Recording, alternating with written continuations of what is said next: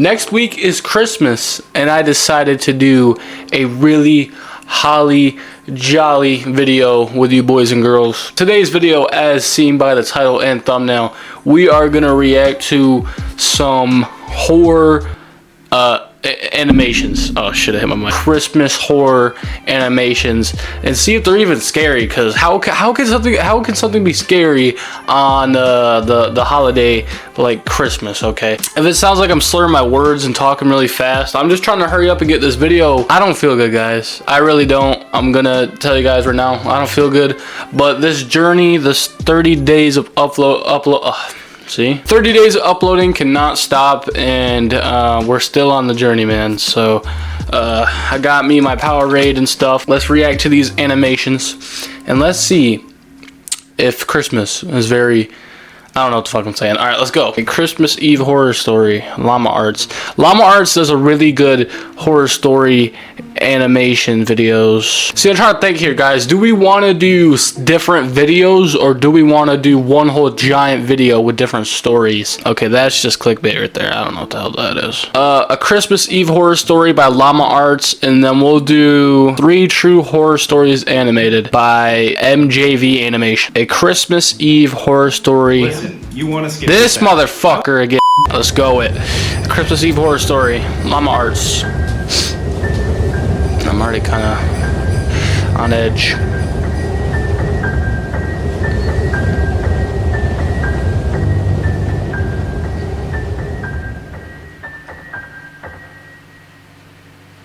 Last year on Christmas Eve, I was working late. I'm 23. I work in New York City and commute home every day on the train. Since I'm one of the younger ones in the office, I got stuck with one of the worst shifts, so I wasn't able to get home until 5 o'clock.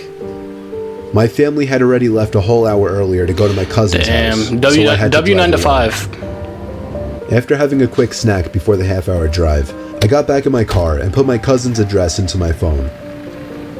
Halfway through the drive, it started snowing. I got to my cousin's house around 6 o'clock.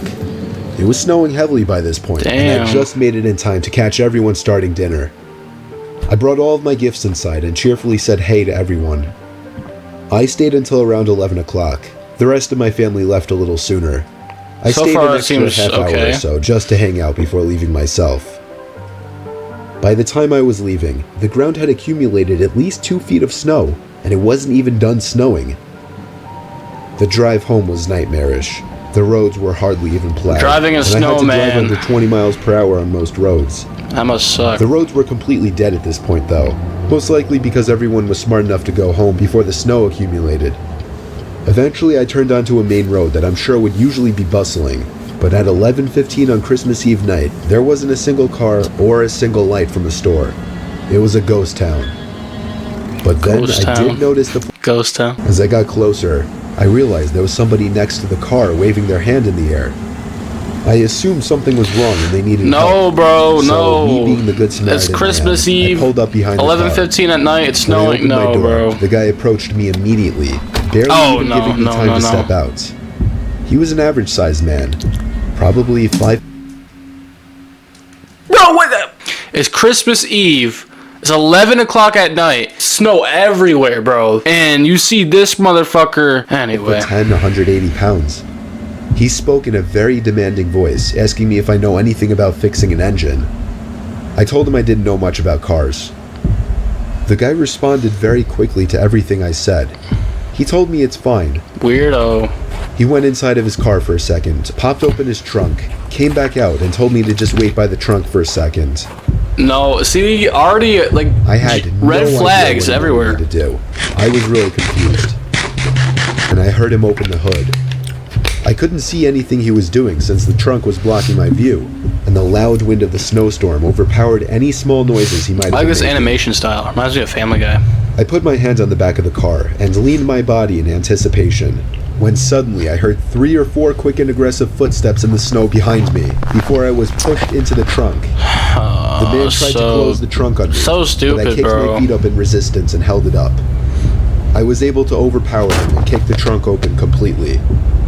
As I took advantage of the few seconds I had to get out of the trunk, what is this red shit? What is this? He tried to grab me now, and I dug my house key right into his neck. What the fuck? Oh my god, bro. Hey, at least they did something. At least the character did something in these horror stories, because usually no one does anything. The police held him until the ambulance arrived for him. I watched the whole thing, and nothing ever felt better in my life. I got home safely half an hour later and told my family everything.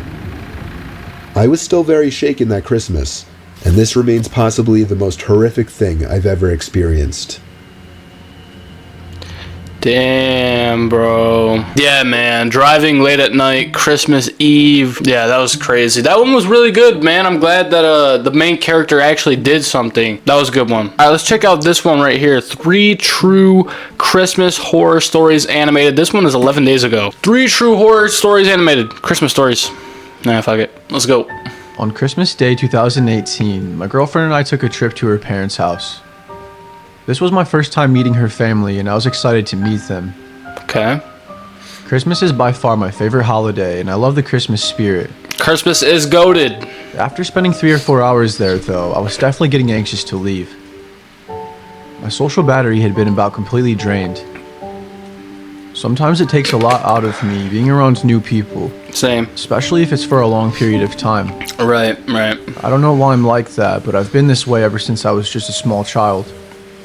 I hate meeting new people. It's not that I don't like people or enjoy their company. Yeah. I'm just a person that likes to keep to themselves. Or maybe I should say I have a very select few amount of people that I love and interact with daily. Right before we were about to leave, we quickly realized that over the 4 or 5 hours we spent there, we got lots of snow. There was easily an additional 3 to 5 inches of snow that was piled on top of the roads that were already in bad enough condition beforehand. My girlfriend and I lived just over an hour away from her parents' house.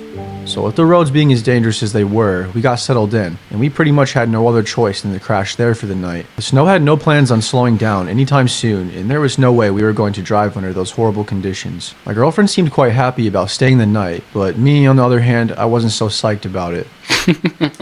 I wasn't going to complain though. I was just happy I was under a safe and warm roof with my girlfriend. Plus I got to spend some more time with her family, and I really got to know her dad some more. We bonded over similar interests that we both had, like hunting and basketball. So far, this isn't bad at all. I thought was pretty cool. Just gotta open up to people, bro. My parents were very nice and welcoming to me, and they prepared a great meal for myself and everyone else, which I was thankful for. Maybe it wouldn't be so bad after all. Yeah, bro. I couldn't have been more wrong to think that, though. They're just people, my guy. It was getting late, and everybody was venturing off to bed. My girlfriend Grace got us some blankets, and we went to the spare bedroom that we were staying in for the night. We turned on a random horror movie, and she fell asleep less than half. Random horror movie for the night. We turned on a random horror. Bro, that is not a random horror movie. That is Jeff the Killer. Okay, anyway. Horror movie, and she fell asleep less than halfway through the movie. I, on the other hand, wasn't tired at all. All of a sudden, I heard this weird noise that sounded like it came from outside. Here we go. Here we go. It sounded like smaller-sized tree branches were dragging across the bedroom window. Oh my god. I really didn't think a whole lot about it at first, but it definitely caught me off guard and raised my suspicion. I almost got up out of... I really didn't think a whole lot about it at first, but it definitely caught me off guard and raised my suspicion. I'm sorry. I almost got up out of bed to try and take a look outside, but Grace was lying in my arms, and I didn't want to wake her up for nothing. I think I just assumed that I was overthinking. This one's it's starting off slow, I was finally getting sleepy. It's slowly getting creepy. To use the bathroom, and I lied back down in bed after. As I was drifting asleep, I heard this disturbing-like scream come from outside. Oh shit! It was loud enough to wake me up and startle me, but not enough to wake Grace up. I got up and I looked out the window, and I kid you not, I could see a person that was standing in the middle of the backyard looking at me. Looks like you. Looks like the guy who was talking. I wasn't so sure they could see me, but I didn't weigh it out as an option. I didn't really care anyways. Oh my god, bro. Oh, hell no, man. What the fuck, man? My gut told me something was terribly wrong, though. You know when you get that gut feeling of dread? I tried to wake my girlfriend up, but she's a heavy sleeper, so after a few attempts, I gave up. Drop an RKO on her. Stupidly enough, I ran outside by myself to go and see what the hell was happening. Oh my god, bro. This guy's an idiot. The person I saw only a few minutes ago was gone. Obviously. They were completely out of sight. I then spotted the footsteps in the snow that looked like it led all the way to the shed in the backyard. Oh my god. No one telling me he's gonna walk. Followed them cautiously, but quickly at the same time. Okay, bro. Then I heard the scratching sound as I was approaching the shed. It almost sounded like the way a knife sounds when scraped against metal. But even so, I continued moving forward. As I got up closer to the front door of the shed, I noticed that it was cracked open. I opened it some more and peeked my head through ever so slowly, with my heart practically beating out of my chest now. And that's when I saw the most disturbing thing I will ever see in my entire life. That same man from earlier was standing right there, no more than 10 feet away from me. He had a sledgehammer in his hand and was approaching me now. What?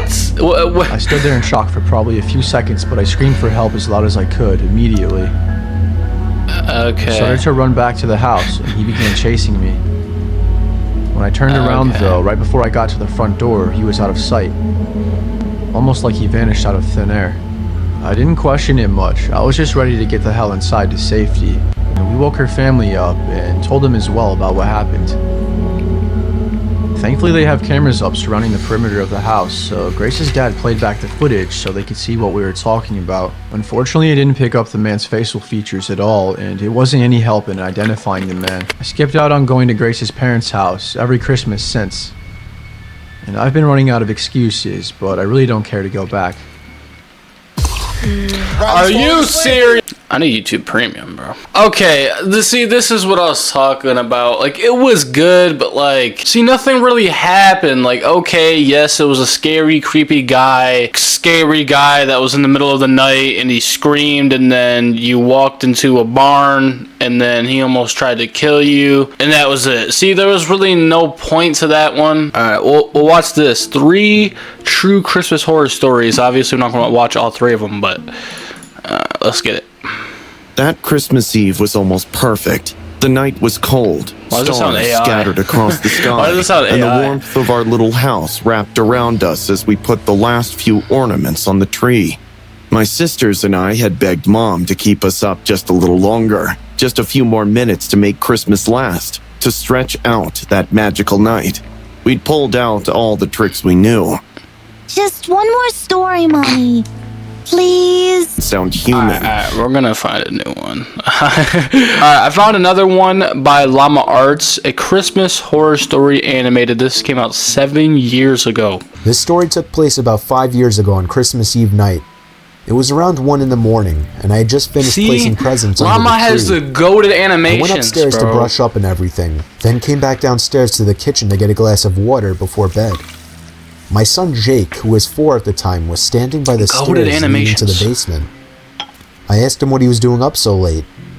He pointed down the stairs and said, "Santa." I picked him up and carried him back to his room. I took a glass of water and went to bed. I woke up around an hour later to my son running down the hall outside my room. I sighed and got out of bed. As I was going down the stairs, I saw Jake by the tree looking at presents. Then he ran past me into the basement stairs again. Bro, he pointed down the stairs again. Weird. This time I looked down the stairwell, and my heart dropped as I saw a black figure sitting on the bottom step. I almost screamed, but I somehow held it in. Why is his head shaped like that? I pulled my son quietly away from the basement door and closer to the front door of the house. I moved my hand away from my son's mouth to reach for the lock in the doorknob. I tried to pull the door open as quietly as possible, but it was pointless. The squeaky hinges let out the usual ear-piercing screeches, and I cringed in my mouth and eyes as I did. Suddenly, there were heavy stomps coming from up the basement stairs.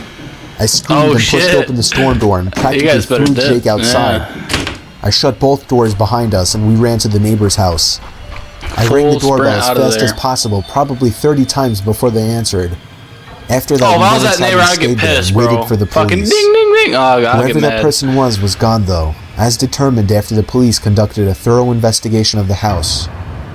I ended up lying to Jake, telling him that actually was Santa Claus. But a few years later, he remembered the incident and became a little more wise to what actually happened. I wonder if any of these actually happened. There's no way any of these actually happened, right? I don't think so. Yeah, that's probably gonna do it for the video, guys. That was some Christmas horror animations. I hope you guys enjoyed it. If you did, please let me know in the comment section. So yeah, as always, peace out, take care, and bye.